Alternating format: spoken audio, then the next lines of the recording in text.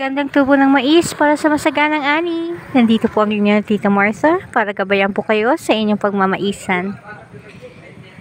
Yan. Nandito po ngayon yung mga na-harvest naming mga mais. Ang mais po pala na gitanim namin ngayon is Decal 9244. And disclaimer lang po, lahat po ng product na ma-mention ko in this videos are all non-sponsored products. Yan. This is the Decal 9244. Medyo malaki naman po yung kanyang kanyang mga puso. Siyempre hindi po din natin maiiwasan doon po sa area na pangit na po ang lupa. Yan. Smile naman kayo dyan. Ayaw nila mag-smile. Ngayon, yan po yung aking mga tauhan na naghahawl at tumutulong sa amin. Sila po yung mga tumutulong sa amin. Oh, shout out daw! Si Malagasy! Shout out ang mga nandyan. Ayun, yun po yung mga labor namin. Actually, they were the ones who are helping us. I don't consider them actually others kasi tinutulungan po nila kami sa aming pag-harvest, and kung wala sila, wala din kaming ma-harvest kasi sila po yung talagang nag-aano ng hard work sa amin, and I thank them for this. Anyway, ngayon, this is Decal 9244S. Maganda naman po yung kanyang ang tinaniman po namin dito is 1 hectare. Maganda po yung kanyang tubo. We're hoping maganda yung kanyang kasi malalaki naman po yung kanyang kernels. And napupuno po ang isa kakab. Yan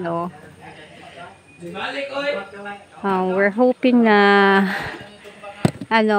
we're hoping for a 280 to 300 sacks of corn cobs.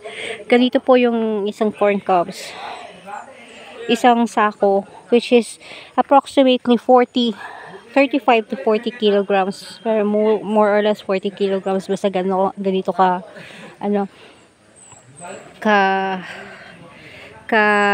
taba yung aming Ayan, ganyan ang pagsaking nila ng Ayun, to recap po, this is Decal 9244S.